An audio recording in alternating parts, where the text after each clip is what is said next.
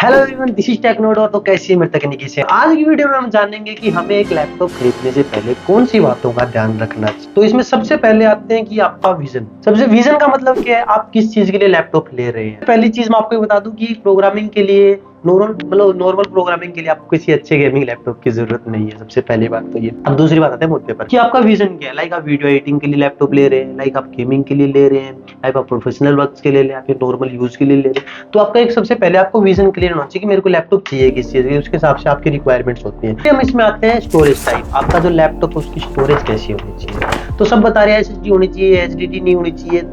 भाई बिल्कुल सही अप्रोच है। क्यों? क्योंकि आज के टाइम आपको एक स्पीड की जरूरत है, अच्छी खासी स्पीड की जरूरत है। अगर आपका लैपटॉप आज के टाइम आप एचडीडी ले लेते हो, वो थोड़ा टाइम बाद स्लो हो जाएगा, क्योंकि एचडीडी की स्पीड कंपैरेटिवली बहुत स्लो होती है एसएसडी के मुकाबले। और दूसरी चीज आपको स्टोरेज में क्या ध्यान देनी है कि वो स्टोरेज बढ़ सकती है या नहीं बढ़ सकती। लाइक अगर मैं अभी मेरे पास से मतलब बजट नहीं एक्सटेंड कर सकता, मैं एक लैपटॉप ले सकता हूँ अपने विद इन द लिमिट में, मतलब अपने बजट में।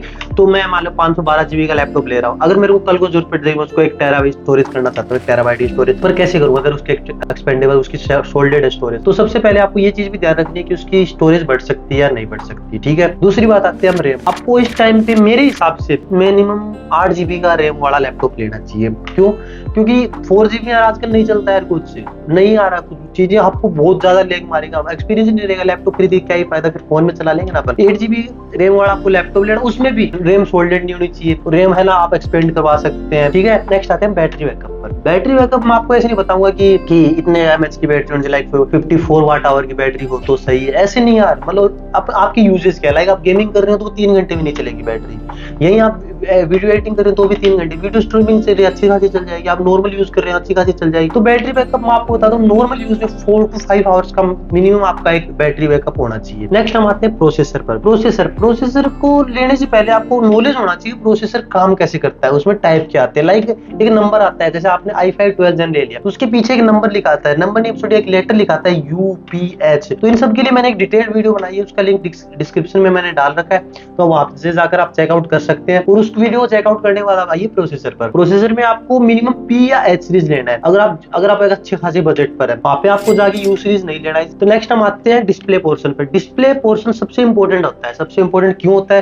क्योंकि इसमें आपको सबसे पहले आप चीजें करोगे, जो चीजें एक्सप्लोर करोगे, जो चीजें आप सीखोगे, सब डिस्प्ले में आती है। तो इसके लिए सबसे पहले आपको डिस्प्ले क्वालिटी होनी चाहिए, आपके हिसाब से होनी चाहिए। तभी तो मैंने शुरू में बोला विजन। तो अगर आप वीडियो क्रिएशन के लिए वीडियो ले रहे हैं, वीडियो एडिटिंग के लिए आप एक लैपटॉप ले रहे हैं, तो आपका जो वीडियो डिस्प्ले बिल्कुल ट्रू डिस्प्ले होनी चाहिए। 3.2 की अच्छी खासी एमोलेड डिस्प्ले हो गई, आईपीएस में भी TFT नहीं होनी चाहिए, एक अच्छी खासी डिस्प्ले होनी चाहिए, जिससे आप मतलब एडिट करते टाइम आपके कलर सैचुरेशन वगैरह आप देख सकें। फिर आती है गेमिंग में। गेमिंग में आपको चाहिए होती है हाई रिफ्रेश रेट की डिस्प्ले, 144, 120 ऐसी कुछ रिफ्रेश रेट की डिस्प्ले अगर आप गेमिंग की साइड में जा रहे हैं। इससे पहले एक बात और, आपकी जो डिस्प्ले आप ले रहे हैं वो मिनिमम मतलब 250 नीट्स पर होनी चाहिए उसकी ब्राइटनेस, ताकि आप उसे डे लाइट में या फिर नो बाहर भी यूज ले पाए। पता चले कि आप धूप में लेके गए, डिस्प्ले दिख ही नहीं रहा कुछ, तो आपकी 250 नीट्स की मिनिमम ब्राइटनेस होनी। इंपॉर्टेंट आती है आपके पोर्ट्स। उस लैपटॉप में कुछ एक पोर्ट्स है जो मस्ट होने ही चाहिए, लाइक ईथरनेट का पोर्ट। ठीक है।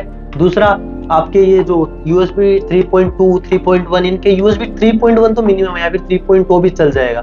देन इसके बाद हम आते हैं कि आपको मतलब लाइक आप 50,000 के अंडर में कोई लैपटॉप ले रहे हैं, तो उसके लिए मिनिमम क्या चीजें चाहिए। तो ऐसे आपको एक लिस्ट बनानी होती है। तो उसके लिए मैंने आपके लिए एक लिस्ट बनाई है, जिसमें आपको अगर एक अंडर 50,000 एक आप लैपटॉप ले रहे हैं, तो आपको मिनिमम क्या चीजें चाहिए। i5 12th जनरेशन का प्रोसेसर होना चाहिए, फिर Ryzen 5 की 5th सीरीज से अबो सीरीज होनी चाहिए। ठीक है। दूसरी बात, स्टोरेज 512 जीबी मिनिमम होनी चाहिए। तीसरी बात कि उसमें 8 जीबी रैम तो मिनिमम होनी चाहिए, और डिस्प्ले साइज 14 इंच या 14 इंच से अब होनी चाहिए।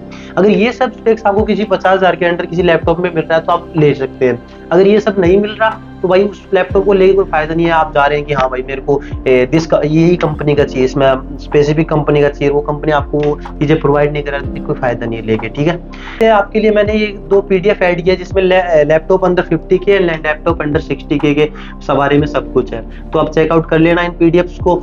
और भी कुछ अगर आपको कोई डाउट हो तो आप कमेंट सेक्शन में बता देना, हम जरूर सुनेंगे। और प्यारे प्यारे कमेंट्स हम पढ़ने के लिए तैयार बैठे हैं, तो लिखते रहिए। और तब तक के लिए मिलते हैं नेक्स्ट वीडियो में, तब तक के लिए बाय बाय।